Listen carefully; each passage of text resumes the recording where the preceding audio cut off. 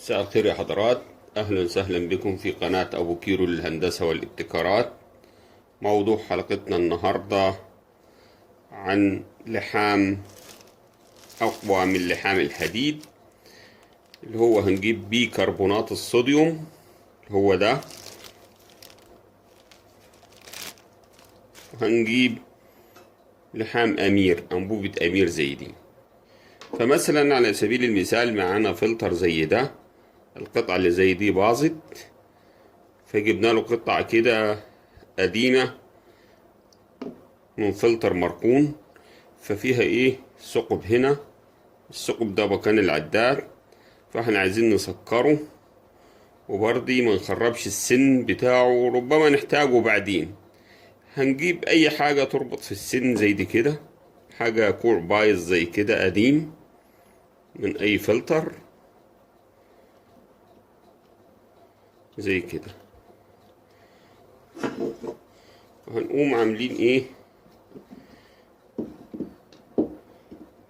هنروح ننشره ونشيل الجزء الفوقاني ده،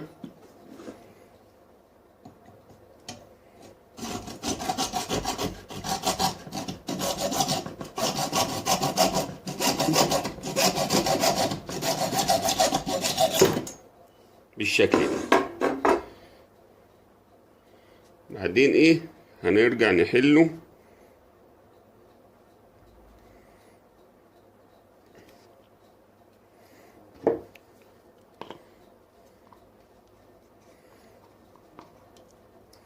خليه بهذا عشان نعرف نربط ونحل من الحتة اللي من فوق دي.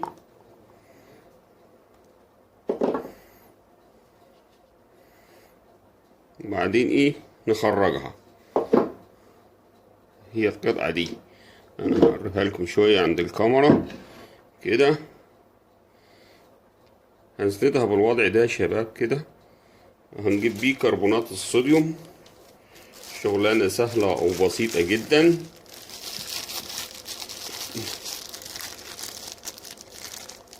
وبيكربونات الصوديوم دي تلحم بيها اي حاجة عندك مكسورة، تلحمها بيها عادي. هنعبيه الاول بيكربونات الصوديوم زي كده، هنحط ايه،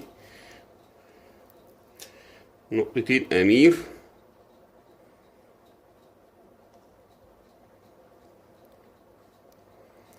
بالشكل ده،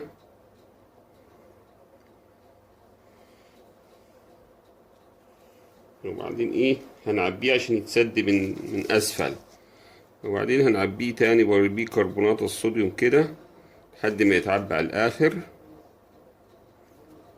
بالشكل ده زي ما شايفين قدام حضراتكم. وبرضه هنحطه ايه، نقطتين امير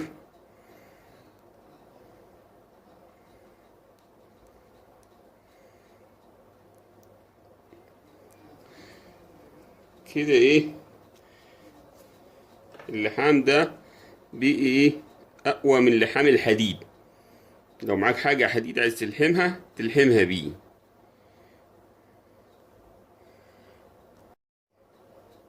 كده. احنا لحمناه بالشكل ده زي ما شايفينه قدام حضراتكم من ناحيتين، سكر اهو. هنقوم بعد الخطوة بعد اللي كده هنعمل له ايه، هنعمل له مكان للمفك، ربما نحب نحله.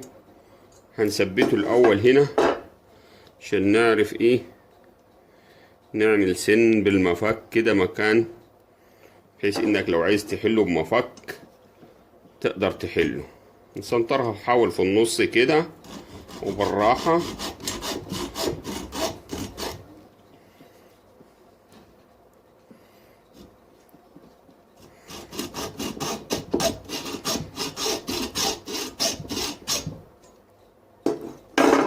كده احنا عملنا سن للمفك بالشكل ده، بحيث انك لو عايز تربطه كده هنحط له تفلون الاول وهنثبته. هتجيب تفلون زي ده كده وتلف عليه،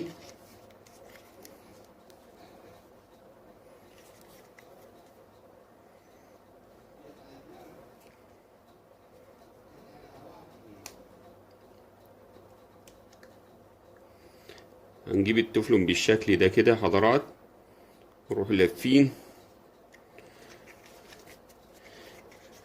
في اتجاه كده عشان لما نربط ما يتحلش التفلون، وما تكترش، هي لفتين كده وخلاص تروح قاطع.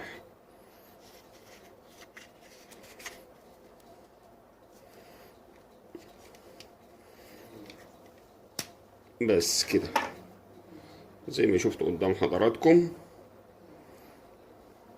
كده، ايه ظبطناه بالتفلون. هنروح رابطينه هنا مكانه، نثبته الاول، بعدين نجيب المفك ونروح ايه لافتين بالمفك.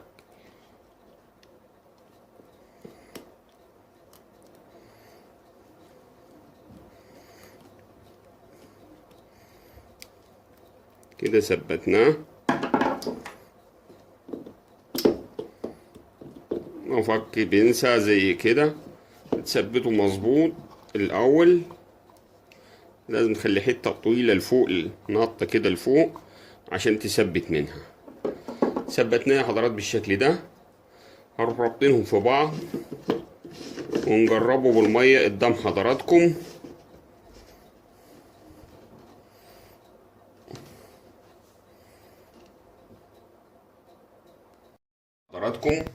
هنوصله على الميه كده عشان نشوفه هيشر ميه ولا مش هيشر. هنشغل المضخه الخارجيه وهنفتح الميه عليه.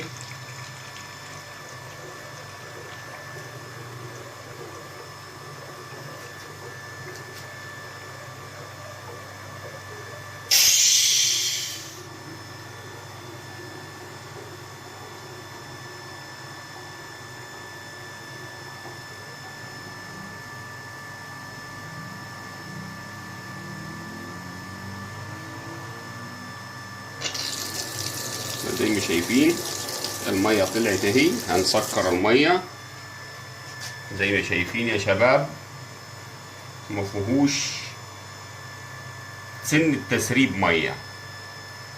لحام اقوى من لحام الحديد. فاللي عجبه الفيلم ياريت يدوس لايك ويعمل اشتراك للقناة. والى اللقاء في فيديو جديد. كان معكم ابو كيرو للهندسة والابتكارات.